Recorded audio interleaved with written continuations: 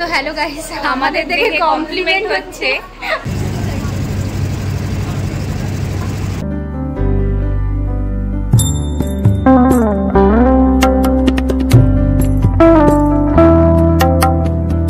Hello everyone, তো কেমন আছো তোমরা সবাই? আশা করি সবাই খুব ভালো আছো, আমিও খুব ভালো আছি।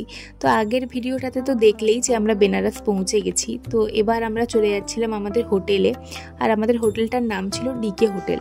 তো আমাদের মোট 3টে হোটেল নেওয়া হয়েছিল। তো যেহেতু এটা পুরোপুরি কলেজ ট্রিপ, সেই জন্য আমরা কেউই কিছু জানি না, মানে ম্যাডামের উপর আর ট্রাভেল এজেন্সির উপরই পুরোপুরি দায়িত্বটা ছিল।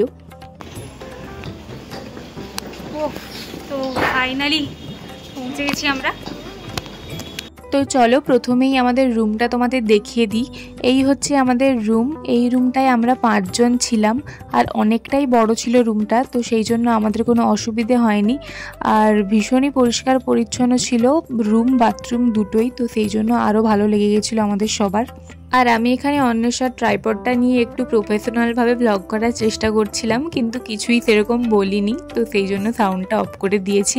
ট্রেনে এত কষ্ট করে আসার পর রুমটা ভালো পাওয়ায় ভীষণই খুশি হয়ে গেছিলাম, দেখে আশা করে বুঝতেই পারছো। তারপর একদম ফ্রেশ হয়ে খেতে চলে গেছিলাম। তো খাওয়ার দাওয়ার ভীষণই ভালো ছিল। তো ট্রাভেল এজেন্সির সাথে গেলে খাওয়ার দাওয়ার নাকি ভালো দেয়, তো শুনেছি আমি। তো যারা গেছো তারা নিশ্চয়ই জানবে। তো খেয়ে দিয়ে একটু রেস্ট নিয়েই আমরা বেরিয়ে পড়েছিলাম। এখন আমরা যাচ্ছিলাম বোটে করে সন্ধ্যা আরতি দেখার জন্য। তো আমরা ভেবেছিলাম সন্ধ্যা আরতিটা ঘাটে বসেই দেখব, কিন্তু ম্যাডাম তো আলাদাই প্ল্যান করেছিলেন। তো যাই হোক, কি আর করা যাবে, তো সেই মতোই যাচ্ছিলাম আর কি। তো এই যে লুকটা আমি করেছিলাম, বোট রাইডে ছবিগুলো হয় দেখবে বেনারসে, তো দেখেছো তোমরা নিশ্চয়ই ইনস্টাগ্রামে। তো প্রপার যে ডে লাইটে ছবিগুলো হয় বোটে, তো সেই রকমই ভেবে এসেছিলাম, কিন্তু কিছুই হয়নি বলাটা ভুল, যেটা হয়েছে সেটাই অনেক। জানি না কোনোদিন আসতে পারতাম কিনা, মহাদেব ডেকেছিল বলেই হয়তো যেতে পেরেছি বেনারস। কলেজ ট্রিপে তো সত্যিই নিজের মন মতো কিছু হবে না, তো আমাদের এতটা আশা করে যাওয়াই উচিত হয়নি। আমার আরও একবার গিয়ে কয়েকদিন থেকে আসার ইচ্ছা আছে, তো জানি না বাবা আদেও ডাকবে কিনা। যাই হোক, তারপরে আমরা সবাই মিলে বোটে উঠলাম, আর এই বোটটায় আমাদের পুরো স্টুডেন্টরাই ছিল সবাই। আর এই যে সন্ধেবেলা বোটে উঠে ঘাটগুলো ঘুরতে কিন্তু বেশ ভালোই লাগছিল। আমরা চাইছিলাম সন্ধ্যা আরতিটা একটু কাছ থেকে দেখতে, আর কিছুই না। তো যাই হোক, বোটে করে মোটামুটি আমরা অনেকগুলো ঘাটই ঘুরেছি। তো জলটা দেখো কত সুন্দর লাগছে না দেখতে।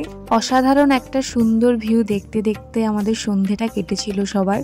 তো চলো তোমরাও একটু ভিউটা এনজয় করো।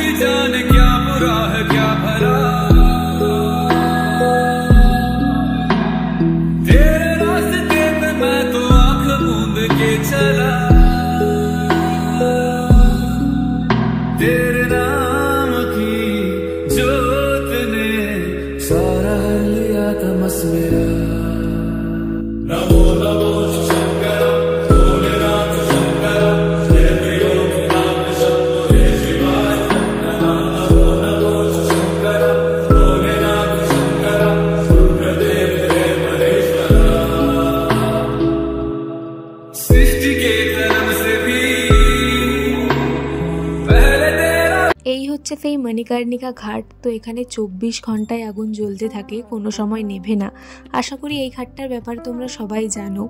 তো সেটাই আজ সামনাসামনি দেখছি। তো একদম কাছে গিয়ে তো আর দেখা হয়নি, তো বোট থেকেই যতটা দেখেছি সেটাই তোমাদের দেখাচ্ছি। হ্যাঁ, আমাদের বোটটা এতটাই দূরে দাঁড়িয়েছিল যে আমরা ঠিক করে কিছু দেখতেই পারছিলাম না। সত্যি বলতে সামনে এগোনোরও আর জায়গা ছিল না, এতটাই ভিড় ছিল। তারপরে বোট থেকে নেমে এখানে একটা ছোট্ট গানের আসর বসেছিল, তো সেটারই একটা ভিডিও করে নিলাম। তারপরে ঘাটে কয়েকটা ছবি ভিডিও করে চলে গেছিলাম আমরা মার্কেটটা ঘুরতে।